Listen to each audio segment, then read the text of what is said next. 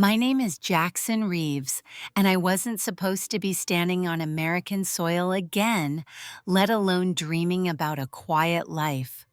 Just months earlier, I was stationed overseas with the United States Army Special Forces surviving missions that most people only hear about in war movies. That is until a mortar shell tore through the ground 5 feet from me in northern Syria, shattering the bones in my right leg and rupturing 2 discs in my back. That single blast didn't just eject me from combat, it ejected me from the life I'd built. Medically discharged and carrying the invisible weight of combat trauma, I returned to Bozeman, Montana with nothing but a duffel bag and a limp. At first, the silence was deafening. No gunfire, no call signs, just the wind through the pines and the hum of civilian life that no longer felt real to me. And then came Megan.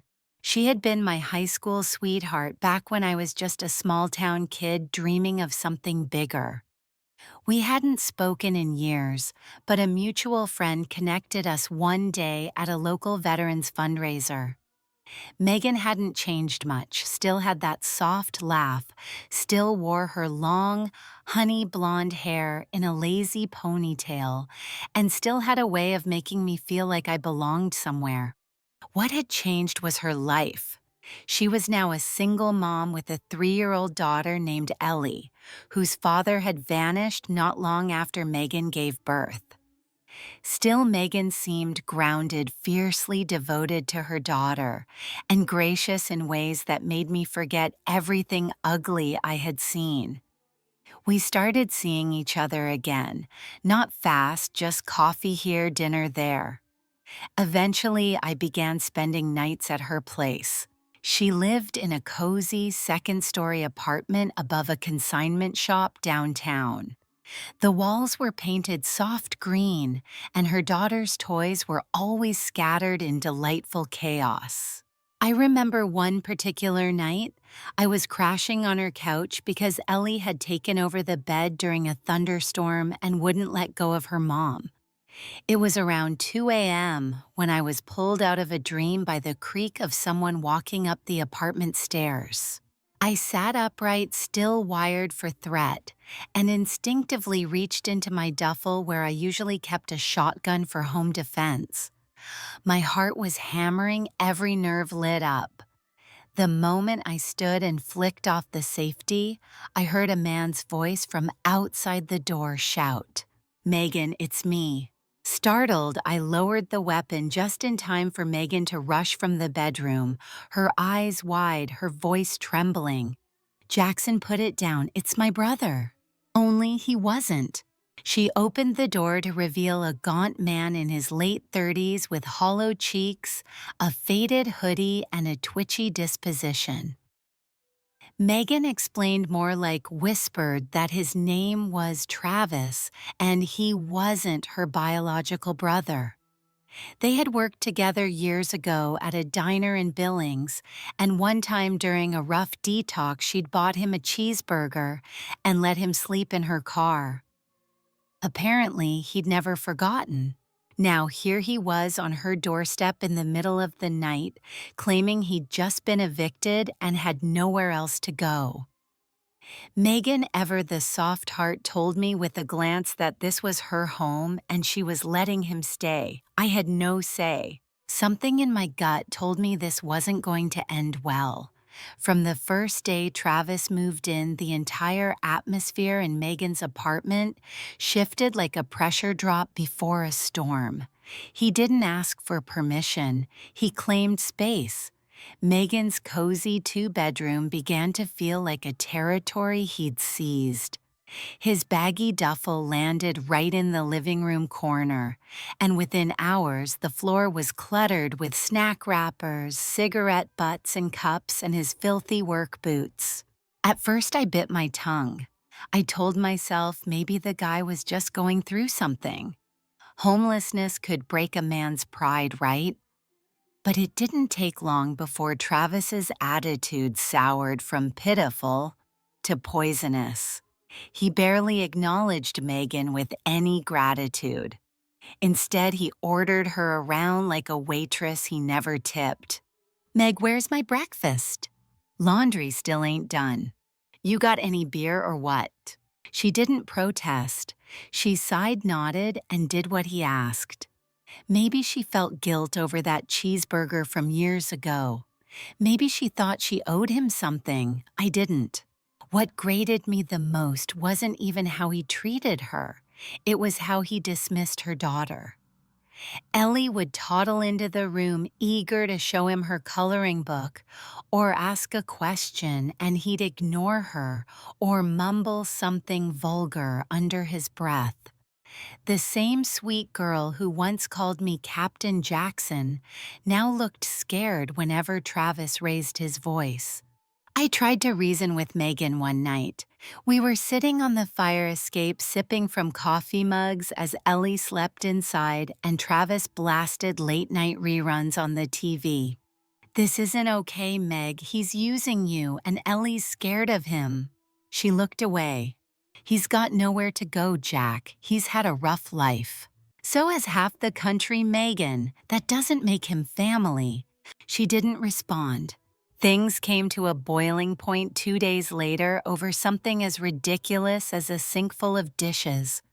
Travis had made a mess after dinner plates crusted with dried chili, greasy pans stacked high, and walked away like it was someone else's problem. I was rinsing off my mug when he walked into the kitchen, leaned against the frame with crossed arms, and said, "Hey, soldier boy, how about you scrub those dishes? That's your job, ain't it?" I froze. "What did you just say?" "You heard me. You're freeloading same as me. Least you can do is play housekeeper." I set the mug down, turned off the tap, took a breath. "Wash your own damn dishes, Travis." And I walked out. I made it halfway down the stairs before I heard the apartment door slam open. Heavy footsteps pounded behind me. I turned too late. His shoulder rammed into my back and I tumbled down the last 5 steps, landing on concrete with a thud that knocked the wind from my lungs. My vision blurred for a second, then he was on me.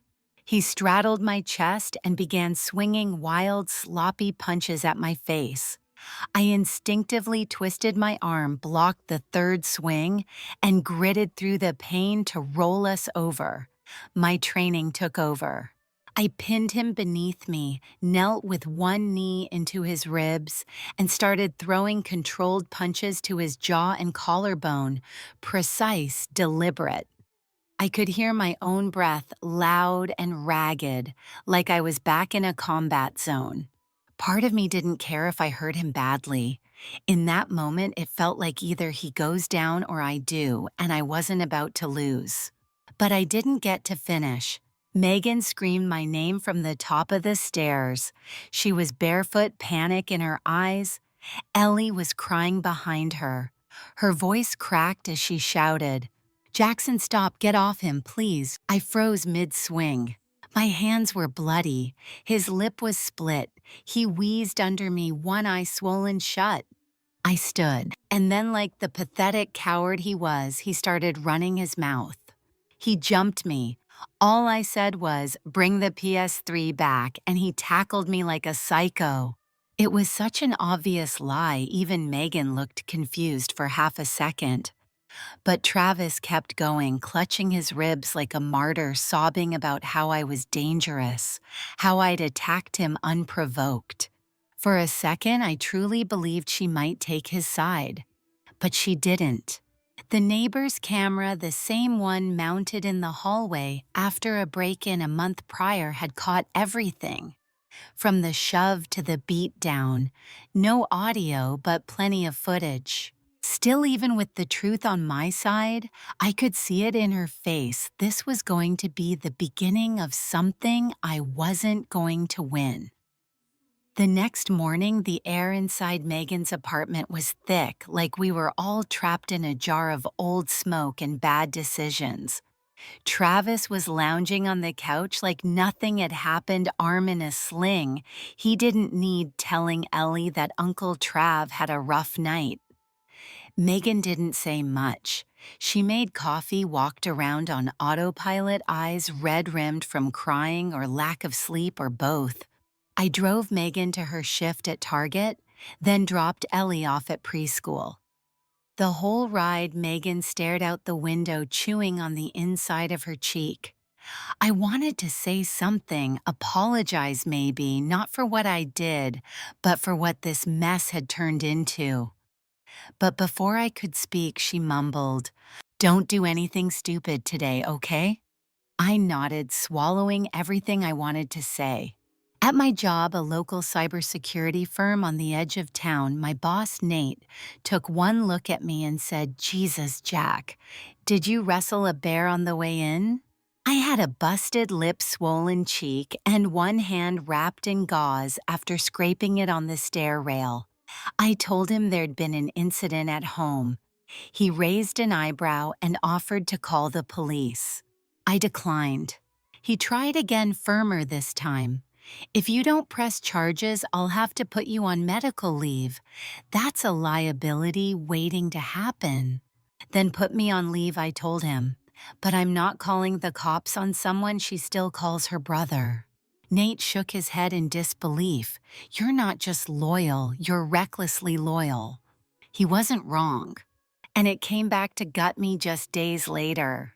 Travis, being the manipulative parasite he was, gave Megan a choice: either she kicked me out, or he would leave and take his absence with him permanently from her and Ellie's life. As warped as that sounded, there was some twisted truth in it. As awful as Travis was, he had been the only consistent male presence in Ellie's short life. He babysat once, maybe twice. He gave her juice boxes and let her watch cartoons when Megan was working night shifts. To a child, that was enough to count. Megan chose stability for Ellie, which meant she chose him, which meant I was out. There was no shouting, no dramatic breakup speech, just quiet resignation. She handed me a reusable grocery bag with my Thing shaving kit, charger, extra socks, and said, "I'm sorry." I nodded, but then came the hardest part. Ellie stood behind her mother, clutching a stuffed dinosaur I'd won for her at the county fair 3 weeks earlier. Her eyes brimmed with tears and her lower lip quivered. "Why does Captain Jackson have to go?" Megan, crouched down, murmured something in her daughter's ear. Ellie shook her head furiously, then ran over and wrapped her arms around my leg. I knelt and hugged her, feeling her tiny fingers dig into my back like she could hold me there. "I'll see you again soon, okay? You be brave for your mom." She nodded, hiccuping through her sobs. Walking away felt like ripping a piece of myself out and leaving it behind. I've lost friends in war zones, held dying men in my arms. But nothing, absolutely nothing, hurt more than leaving that apartment with Ellie's cries echoing in the hallway behind me. I got back to my own place, a modest unit 2 neighborhoods over, and stared at the walls for hours. I didn't unpack, I didn't eat.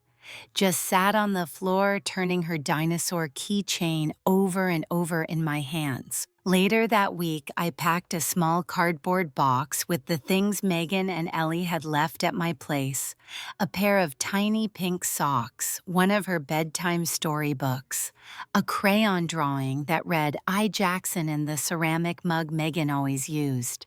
I planned to drop it off discreetly at her work when she wasn't around. I didn't want to talk. I couldn't. But Travis wasn't done with me yet. Travis may have been out of sight, but he was far from gone. About 2 weeks after I left Megan's apartment, I woke up to find my car in ruins. It had been jacked up on cinder blocks, every wheel missing. The windows were shattered into glittering pieces on the asphalt. Spray painted across the hood in red block letters were the words, "Traitors die broke." It was my 2019 Jeep Cherokee, barely a year old, still making payments on it. My insurance covered the basics, but between the vandalism and the deductible, I was out $100 in repairs and replacements. That was my rent and utilities for 2 months. I called the police this time. They came out, took photos, dusted for prints, but the guys who did it weren't amateurs. They wore gloves covered their faces. The parking lot security cam caught 4 hooded figures moving fast, silent. No license plates, no clear faces, no leads. It felt intentional. It felt personal. I had no doubt Travis was behind it. He had made a comment once while we were still under the same roof, something vague, smug, and ugly. I remember it clearly now.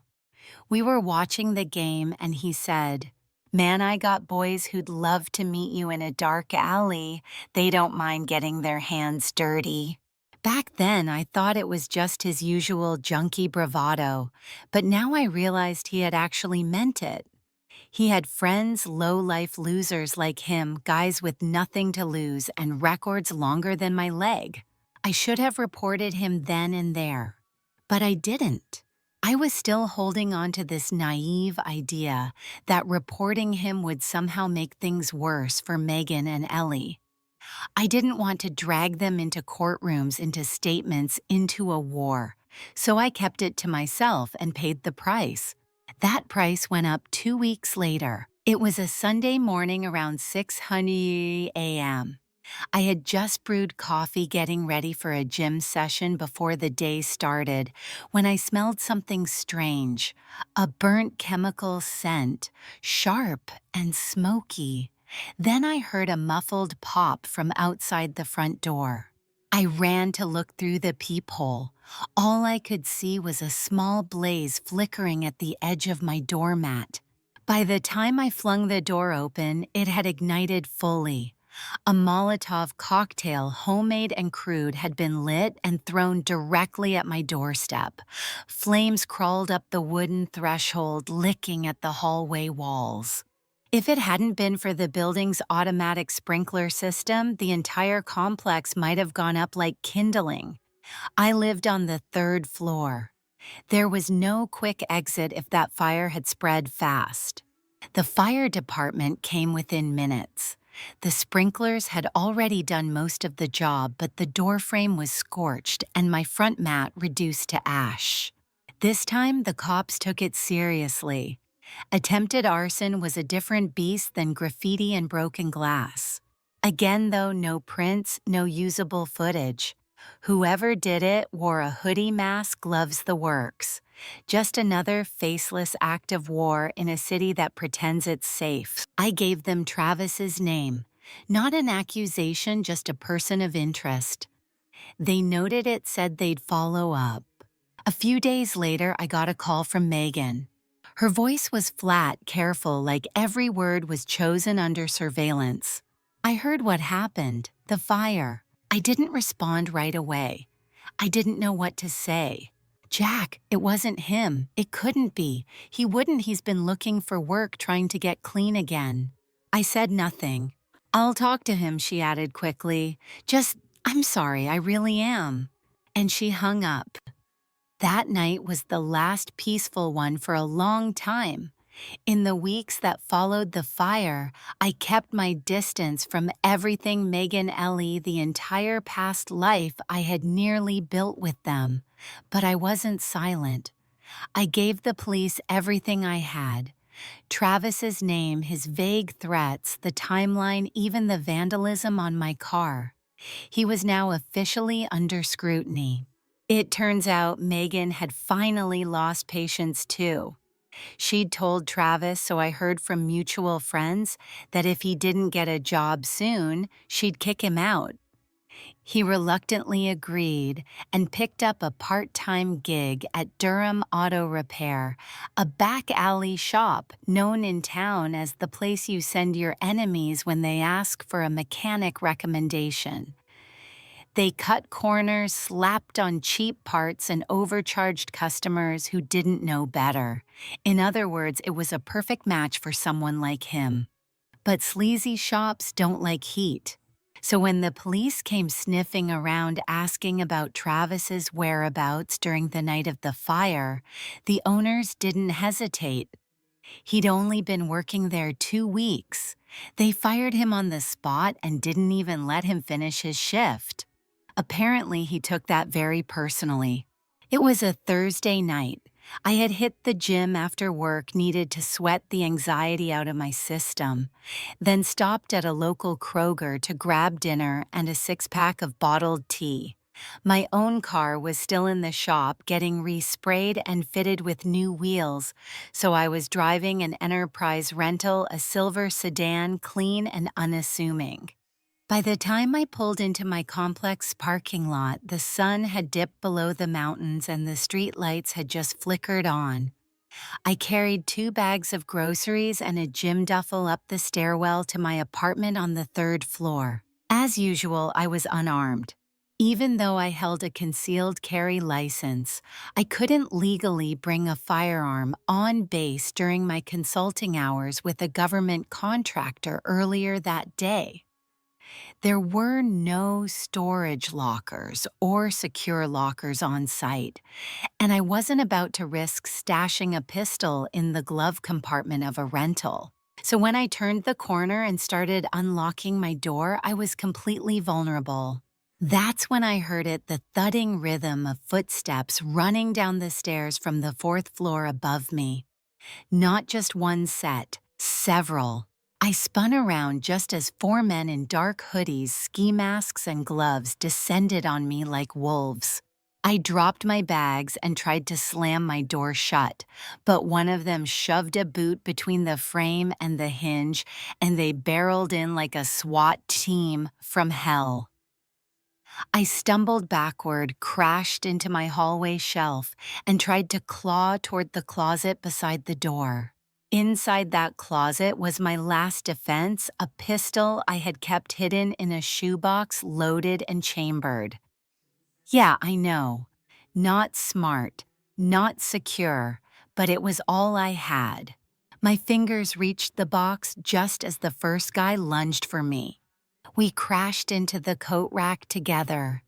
His elbow caught my chin, but I managed to pivot, pull the pistol free, and push myself across the floor to gain space. The scene from the hallway camera across from my neighbor's apartment would later show the entire event: 4 attackers, 15 seconds, and me bruised and bloodied, raising a black pistol with both hands. I had seconds to decide. No time for warnings. No time to identify faces. I had one chance to live. Time slowed.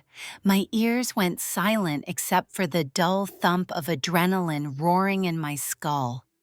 I saw all 4 men clearly spread across the threshold and into my living room, black hoodies zipped up to their chins, eyes obscured behind fabric and shadow. They were armed only with fists, but that was enough. I had no margin for error. The first one, broad shoulders fast, rushed me again. I pivoted sideways, lifted my pistol, and squeezed the trigger. Bang! The recoil kicked back into my hands, but the training kicked in harder. My shot landed square in the chest. He dropped instantly, slamming into the floor like a sack of bricks. The second guy was just a step behind, and before I could even line him up, he caught 2 stray bullets that had passed through the first man's torso. He staggered, clutched his abdomen, and stumbled into the coffee table.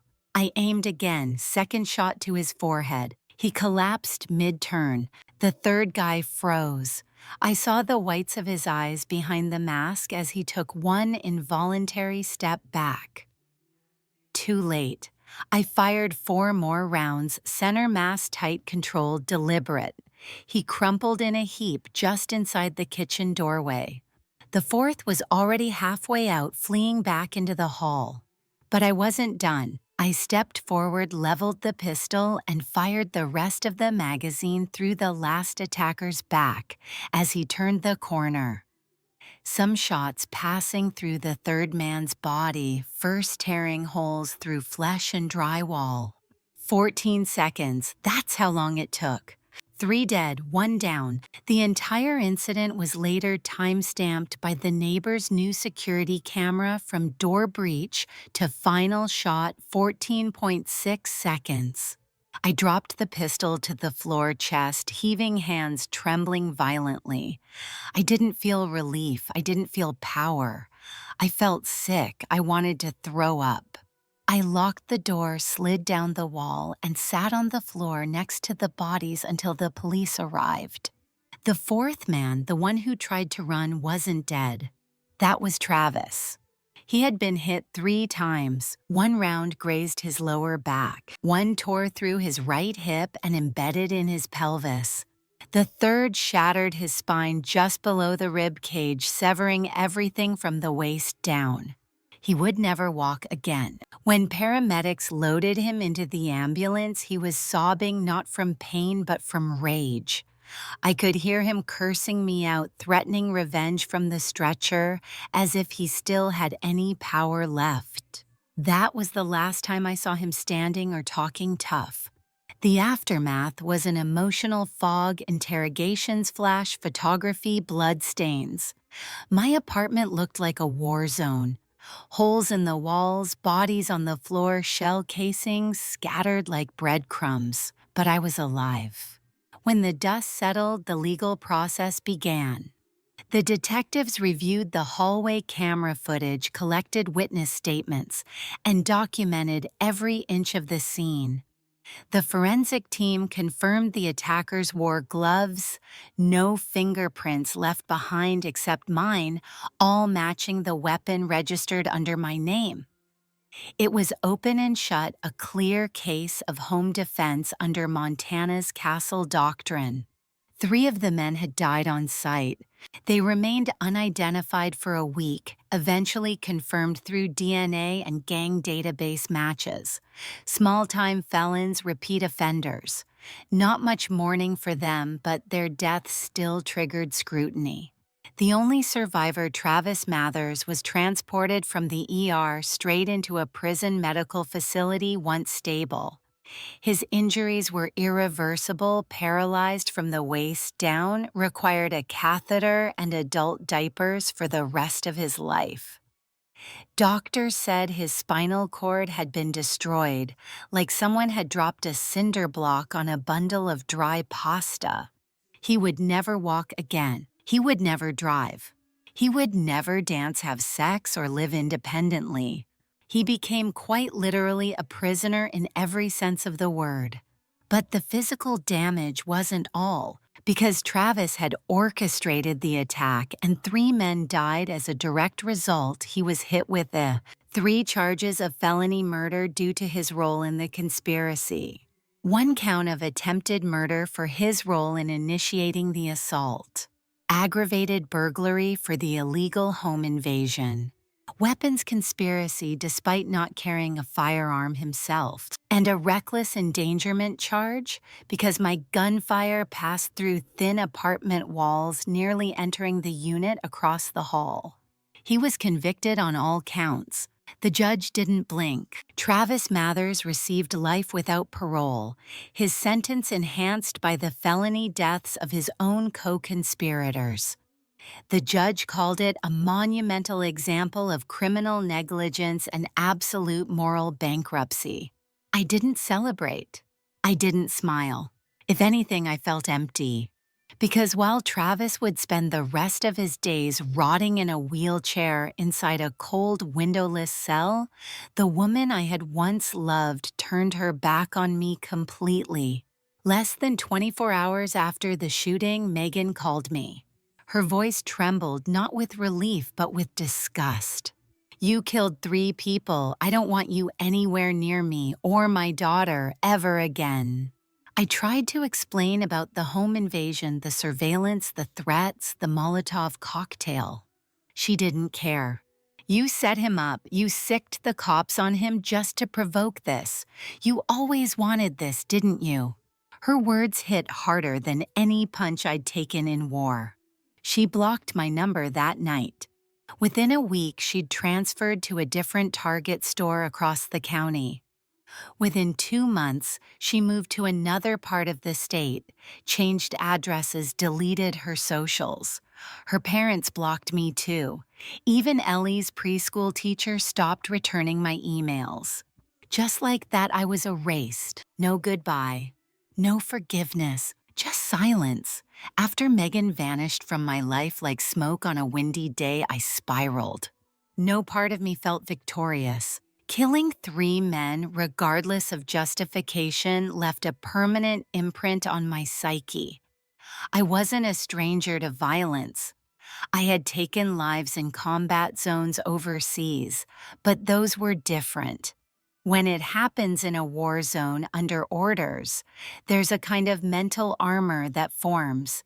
You dehumanize the moment. You compartmentalize, you survive. But this happened in my living room next to the coat closet between a shoe rack and an overturned end table. Blood soaked into my rug.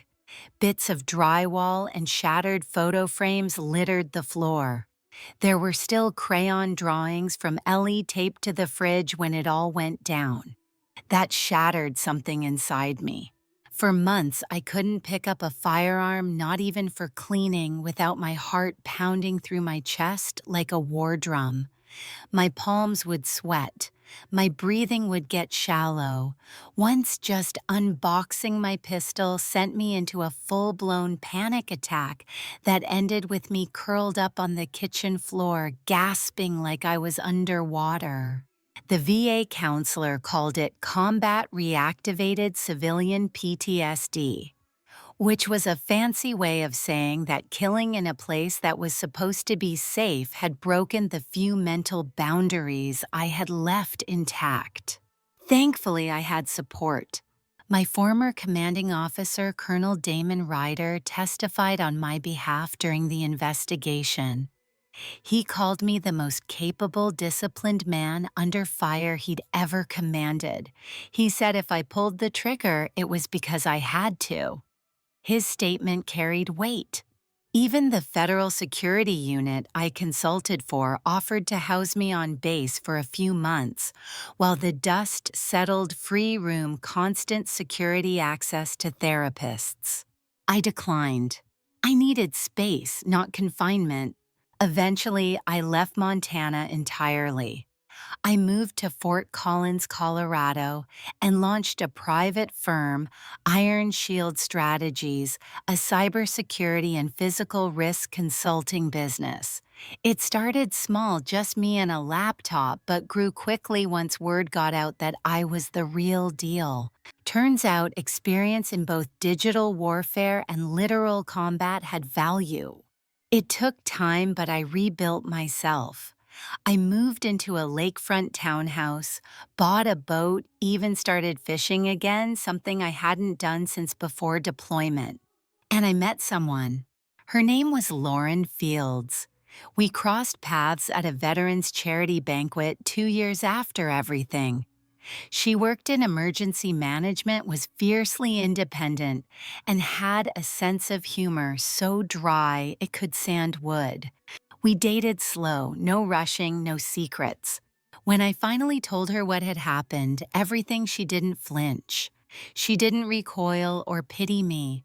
She nodded and said, "You did what you had to. That's what matters." For the first time in years, I didn't feel like a monster. 3 years in, we lived together. We're talking about kids. She says she wants 2. I said I'd settle for one that doesn't throw spaghetti at the wall. We compromise on dogs first. And still some nights when the wind howls through the cracks in the siding, I think I hear footsteps on the stairs again. But they never come. Because the nightmare's over. Or so I thought. 8 years had passed. 8 long, heavy years since I last saw Megan. 8 years since I held Ellie's tiny arms around my neck or heard her call me Captain Jackson with a superhero smile. I never reached out again. I respected the silence she demanded. But I kept one lifeline open, just one. Back when everything imploded, I set a Google alert for one name, Travis Mathers.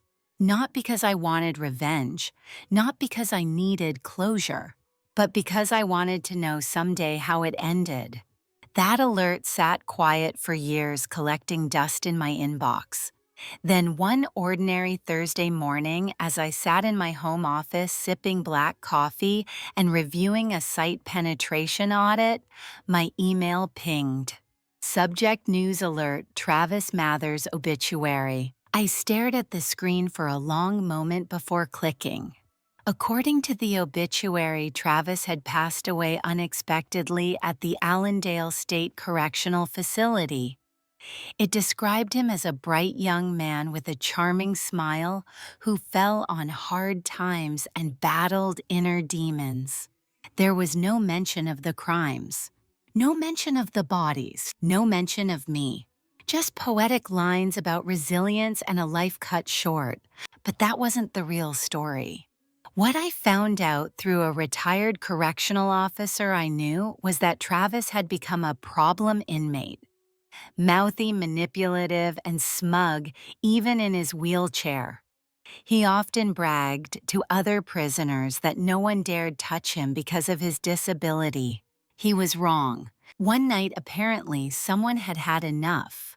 He was wheeled into a corner of the mess hall by another inmate pretending to be helpful, and before guards could intervene, he was beaten to death using his own chair and a pair of steel-toed boots. Brutal, swift, silent. The prison covered it up as best they could. Autopsy said blunt force trauma from unknown altercation. Just another violent statistic behind bars. The biggest surprise, the obituary mentioned a daughter. A daughter no one, including Megan, had ever known existed back when he moved into her apartment all those years ago. There was no name, no photo, just a single line, survived by a child age undisclosed. My heart clenched for that girl. Whoever she was, wherever she lived, she had no idea what she'd been spared. She didn't know that the man who shared her blood once tried to kill a man over pride and paranoia. She didn't know he'd terrorized a woman and a child, or orchestrated a home invasion that left 3 men dead and himself paralyzed. But maybe it was better that way. Maybe that girl would grow up with a different last name, a better life, and none of the shadows that had nearly swallowed me. As for me, I didn't celebrate. I didn't toast his death. But I did something I hadn't done in nearly a decade. I closed the alert. I clicked delete. And I let the silence wash over me like rain on the lake. The man who once tried to destroy me physically, emotionally, even spiritually was gone. And I was still here, still breathing, still building, still free.